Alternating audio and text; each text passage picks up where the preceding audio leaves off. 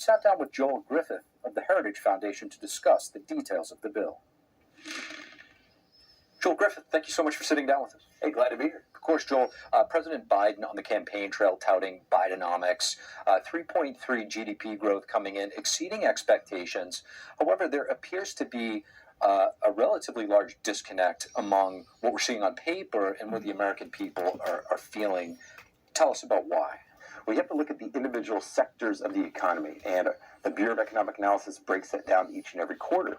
And what's very interesting is that we saw, once again, consumer spending increase. And in consumer spending, it comprises the bulk of our gross domestic product. And that's usually a good thing. You see consumers spending more. But if you go a little bit deeper to see some of the other components, such as research and development, investment in fixed equipment that actually produces things, that's actually down over the past year. Those segments of the economy are shrinking or stagnant. Well, if you want long-term economic growth where we're all earning more and producing more, you need to have investments in research and development. You need to have investment in equipment. That is stagnant. And something else that the numbers don't really articulate is, even on the consumer spending side, when we see consumer spending more, we have to ask ourselves, how is it that this is happening in an era in which real incomes for typical families have declined by more than $4,000 over the past few years? Well, the answer partially comes from two things. Number one, at the time that consumers are spending more but earning less in real terms, they've done this by draining their savings. Savings is near a 40-year low. People are depleting their savings accounts and not replenishing them. Second of all, we've seen consumers spending more because they've taken on an inordinate amount of credit card debt. Credit card debt exceeded $1 trillion the last half of last year. It's an all-time record high. And families on average have added around $4,000 per family to the credit card balances. So if you combine the increase in credit card balances with that, the numbers don't really articulate is, even on the consumer spending side, when we see consumer spending more, we have to ask ourselves, how is it that this is happening in an era in which real incomes for typical families have declined by more than $4,000 over the past few years? Well, the answer partially comes from two things. Number one, at the time that consumers are spending more but earning less in real terms, they've done this by draining their savings. Savings is near a 40-year low. People are depleting their savings accounts and not replenishing them. Second of all, we've seen consumers spending more because they've taken on an inordinate amount of credit card debt. Credit card debt exceeded $1 trillion the last half of last year. It's an all-time record high. And families on average have added around $4,000 per family to the credit card balances. So if you combine the increase in credit card balances with the drain in the savings accounts, that roughly equals the increase in consumer spending over the past few years at a time that incomes have shrunk. So no, that top line number does not reflect the reality most Americans are experiencing, with cost of living declining, savings rates declining, and credit card balances increasing. And one last thing on the consumer side, on the spending side, auto loan delinquencies have nearly tripled over the past few years, and those are near record highs now as well. So consumers, families are struggling at a level that we haven't experienced in more than 40 years. There's the bipartisan tax bill that's being presented with many aspects to it, one of them being housing. Tell us what you're seeing in this bill. So this proposal has an expansion of what's referred to as the low-income housing tax credit. Now, ostensibly, that tax credit has been in place for decades in order to increase the number of affordable homes. And of course, home affordability is a big problem, as we just mentioned.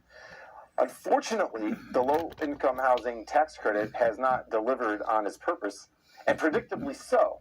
So what that credit does is it basically tells real estate developers that they'll get a tax credit off of the total cost of construction dependent on the number of affordable homes that they insert within that construction project. So what that allows is for these developers to enhance their profits. So, for instance, let's say you're building a 100-unit apartment complex and you reserve 10 of those units for affordable housing. You're going to get funds delivered to you, basically, from the federal government to compensate you for the construction of those homes. It's a big boon to a number of real estate developers. Unfortunately, there's little to no evidence that this actually expands the supply of affordable housing. In fact, there are indications that it deters the construction of affordable housing that might not meet the government parameters of the definition or of the residents that are actually inhabiting it, because often there's strings attached saying if you're going to rent the unit, get a credit, then you're going to have to meet these other specifications of who you're actually providing that housing to. So it might actually shrink the overall supply of affordable housing. And expansion of low-income housing tax credit adds to the deficit and does nothing to address the real cause of the lack of affordable housing. It is important to highlight some of the things that may be coming in through the back door. Maybe we'll have a chance to talk about those things. Yeah, I mean, there is a positive component of that package that some want to see as a standalone, and that's allowing businesses to expense immediately their capital expenditures, and that encourages investment. That was part of the original tax package that was passed back in 2017 under President Trump. That was done to incentivize investment, and it succeeded. Joel Griffith, really appreciate you joining us. Thanks for having me. Infrastructure investments to voters in the battleground state of Wisconsin, arguing that his Bidenomics platform is boosting jobs and businesses. Watch. On my watch, instead of infrastructure week, America's having an infrastructure decade. Yeah. We're rebuilding factories and jobs are coming back to America. And in a Thursday statement, President Biden also praised new economic data showing that the U.S. GDP grew at 3.3% pace in the last quarter of 2023, which was much faster than what was predicted. But despite the positive data here, the Federal Reserve has yet to decide on future rate hikes, and some economists are still warning about a mild recession in 2024. Meanwhile, U.S. Treasury Secretary Janet Yellen today saying that inflation is, quote, well under control, adding that a recession is now unlikely. Watch. Though some forecasters thought a recession last year was inevitable, President Biden and I did not. Instead of contracting, the economy has continued to grow.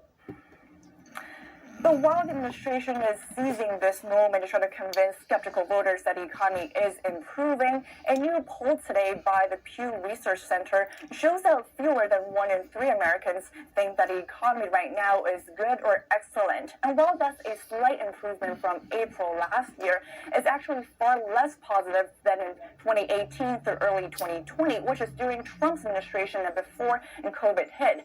And right now, both President Biden and former President Trump are using the economy as their main topic in their 2024 pitch to voters. President Biden, in his statement today, warning that if Republicans win in this upcoming election, they're going to give out massive giveaways to the wealthy, while President Trump is saying that President Biden's to blame for higher cost of living. Back to you. And He is. Iris Howe reporting live for us from the White House. Thank you, Iris. Ain't Donald Trump's And a deal fault. to make changes at the southern border, something senators have been negotiating for months now, could be falling apart. Today, Republican senators giving mixed responses on whether Minority Leader Mitch McConnell was backing away from the deal and whether possible opposition from former President Trump has anything to do with it. NTD's Melissa. Speculations are mounting about whether Senate Minority Leader Mitch McConnell plans to ditch the idea of tying border policy changes to funding for Ukraine, Israel, and Taiwan. This is after reports circulated that the Republican leader told his conference that these negotiations on the border were getting tough politically. Republicans now telling us that behind closed doors, the Republican leader has changed his tone.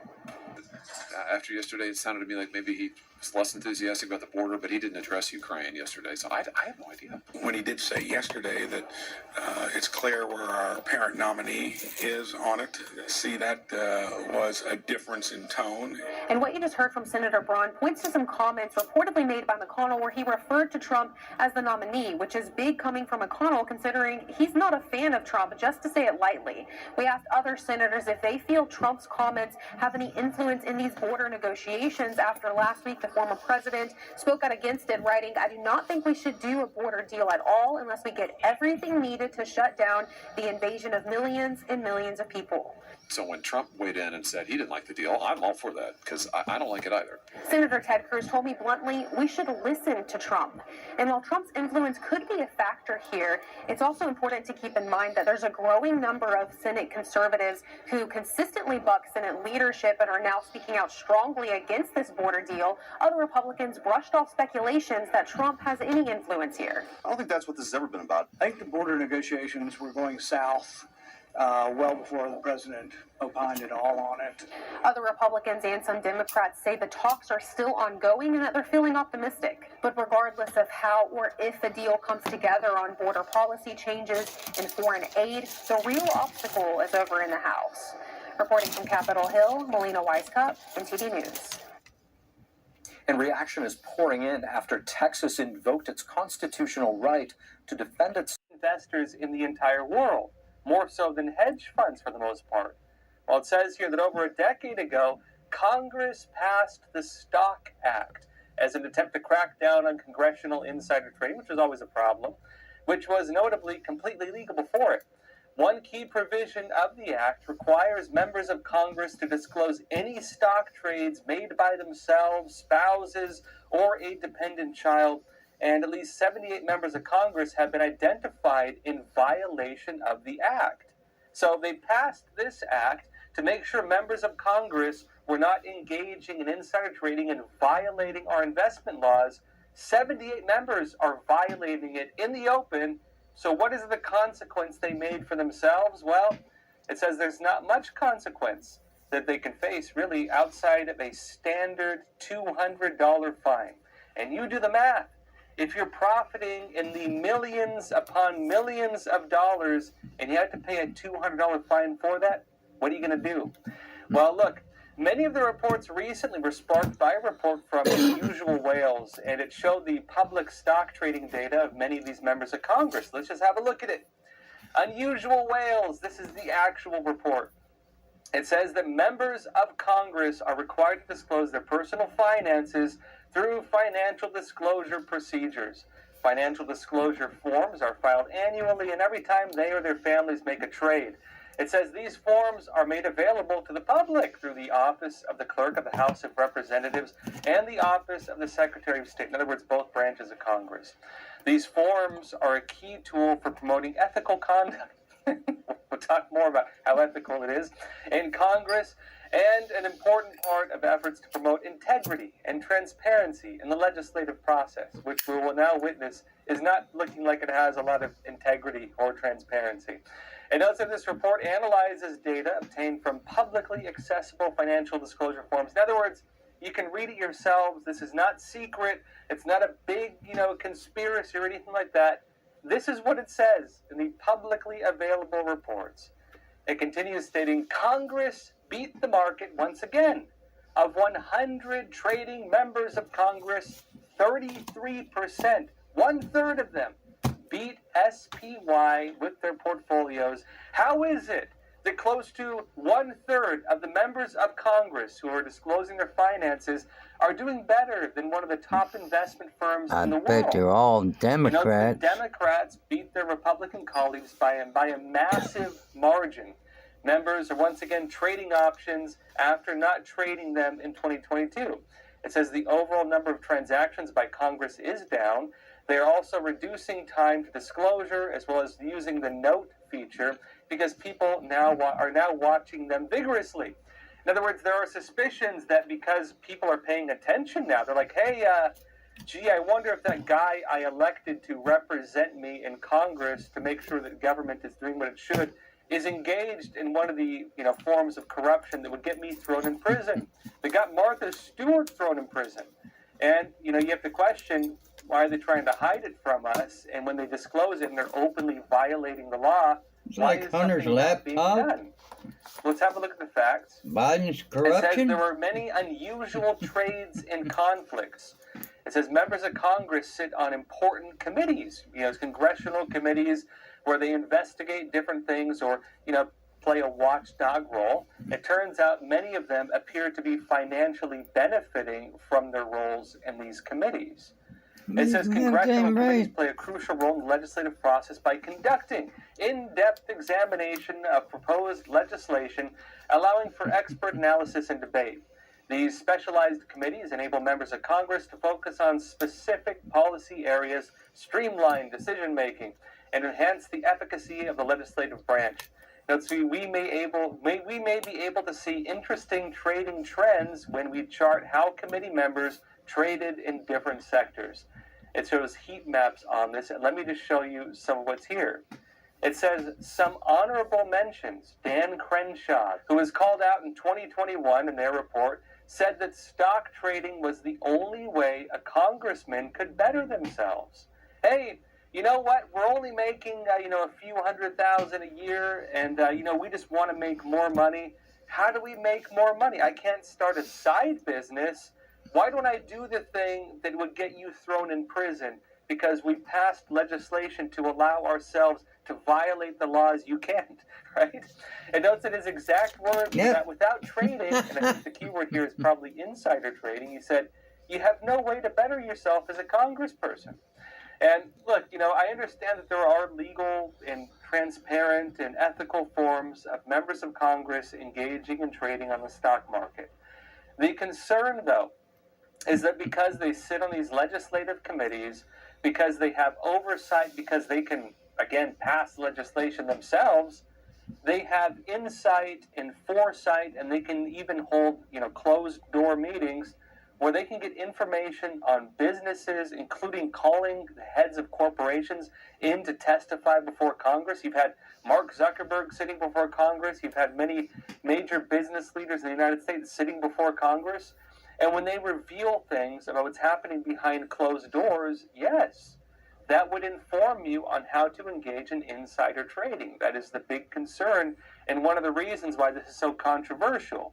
And take it a step further, if you're a member of Congress, and let's say you're invested in, X company, let's say you're invested in Tesla, you're invested in a green energy company, electric cars, and you pass legislation to use taxpayer dollars to subsidize electric cars, what's going to happen? The stock that you're heavily invested in is going to skyrocket. You're going to make money off it using taxpayer dollars. And so if you have passed legislation to divert government funding, to give subsidies or whatever else to something that you yourself will profit from, that raises serious questions of whether you did it because it's the best thing for the country or whether you did it because it's the best thing for yourself. And that's the concern, is that legislation is not being passed free from personal interest, and notably financial interest.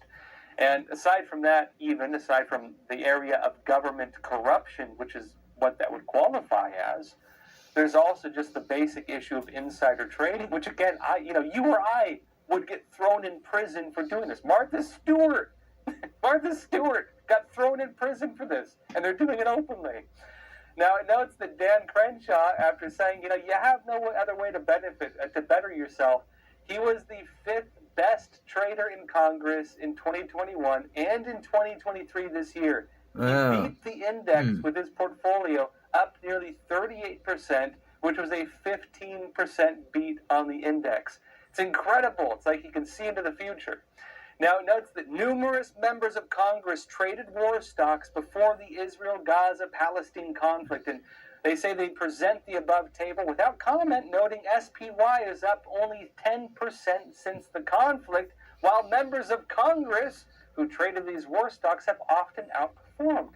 How did they know ahead of time? It notes as well that we saw something far worse at the start of the Ukraine conflict, meaning this is a pattern, which they documented last year. It says Ukraine War Report. It's a visual of this information based on the portfolios of members who most would benefit from war stocks. And they added a tweet for reference and highlighted the conflict as part of Kevin Hearn losing his run for U.S. Congress Speaker. It says in detail, Kevin Hearn bought RTX Raytheon, a weapons manufacturer, one of the largest in the United States, in September before the war took place. And he also bought 4 energy stocks as well, NEE, XOM, PXD, and DVN. And remember, energy stocks are relevant to the Ukraine-Russia war because Russia provides most of the energy to Europe. meaning that, hey, this might impact those markets as well. It notes further in that both have benefited from the ongoing war, and he benefited the most from these holdings as per the graphic above. In fact, in the past year itself, Kevin Hearn purchased up to $6 million. He himself sits on the House Subcommittee of Energy and Mineral Resources, and if you're on the Energy Committee, well, and you're buying energy stocks, the question is, do you have insider information on those markets? It notes that another example would be Josh Gottheimer himself. Representative Josh Gottheimer purchased up to $15,000 of Northrop Grumman Corp. NOC on September 26, another major arms manufacturer. And what happened just right after that, a little over a week? Well, Hamas attacked Israel on October 7th. And interestingly, he sits on the National Security Agency and the intelligence committees. And the concern is that if you're on the intelligence committee, did you have intelligence on a possible attack that would financially benefit an arms manufacturer? Stock trading by members of Congress is being criticized as using legalized forms of insider trading. The wealth being generated by our elected officials and much of their success in the stock market, this is being made possible largely through legal exceptions granted to members of Congress through laws that, interestingly, some of them had a hand in actually passing in the first place. And interestingly as well, Nancy Pelosi has been a focus in all this year. Now it says on December 22nd, Nancy Pelosi and her husband, the Hammerman, traded NVIDIA calls, and her NVIDIA calls show that Nancy Pelosi once again believes politicians should be able to trade and in large amounts in size. And say, let's start in December 2021 after a history of unusual trading. Nancy Pelosi was asked if she thinks U.S. Congress members should trade despite legislative conflicts by Brian Metzger. She said, quote, "We are a free market economy. Congress should be able to participate in that." And notes that in January of 2022, Unusual Whales released their most famous trading report showing Congress beat the market yet again. Nancy Pelosi is listed as the 5th best trader in Congress. And that report, it says, created a flurry of media and outrage over this. Now, skipping forward in September of 2022, it was revealed that Nancy Pelosi was trading millions of dollars of NVIDIA, which is a semiconductor company. They create graphics cards. And of course, one of the big concerns is that, hey, graphics cards, semiconductors, these are the things that, of course, we're placing sanctions on China over and making it so that China can't buy these and restricting some of the companies on this. And you could expect that if they start restricting international companies, that yes, there'd be a jump in American companies. And it notes that she did this trading millions of dollars. Millions, folks. Traded millions of dollars in NVIDIA before she voted on a U.S. semiconductor bill by the Biden administration. So imagine, right? You're like, uh-oh, we have to vote for this semiconductor bill that's going to benefit American-based semiconductor companies. And before you go to vote on that as a member of Congress to pass legislation that you know is probably going to and benefit them financially. Now, the individual knows for a fact that the company that's going to be able to access an entire global market is going to benefit financially. They know that the stock market is going to skyrocket. And then the individual, interestingly, right before that floodgate opens, decides to go and buy tons and tons and tons, millions of dollars in that stock. What do you call that? You call that insider trading. And I'd say even worse than that, when the individual is insider trading is when you have awareness that the deal even took place. If, for example, the individuals involved in that deal told friends, and the friends bought that stock, they would be criminally charged with insider trading. What this constitutes is not only insider trading, but corruption. If, for example, it raises concerns that the individual passed legislation or opened the floodgates for something, while at the same time before they did it, taking actions that would financially benefit from the very deal they're going to pass, and they get rich off of it, you call that government corruption. And the concern with these types of actions is that these Stock Act and all these things that allow members of Congress to do this with very little consequence does allow for a certain type of legalized corruption. Would they have allowed that to happen if they wouldn't have financially benefited from it? Would they have passed that legislation if they weren't going to personally profit from it? That's the concern.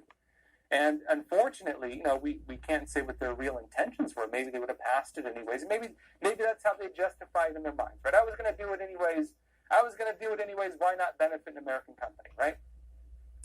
Well, the issue is, of course, the concern over whether that is the case. And one of the reasons why these laws are in place is to make sure that these legislation is not being passed for the purpose of individual gain, that anti-corruption laws are in place for that exact reason, and also to eliminate the problems of insider trading, which are problematic. It's a financial crime, a very serious financial crime. And here you have individuals doing things that, again, we would be arrested for if we did.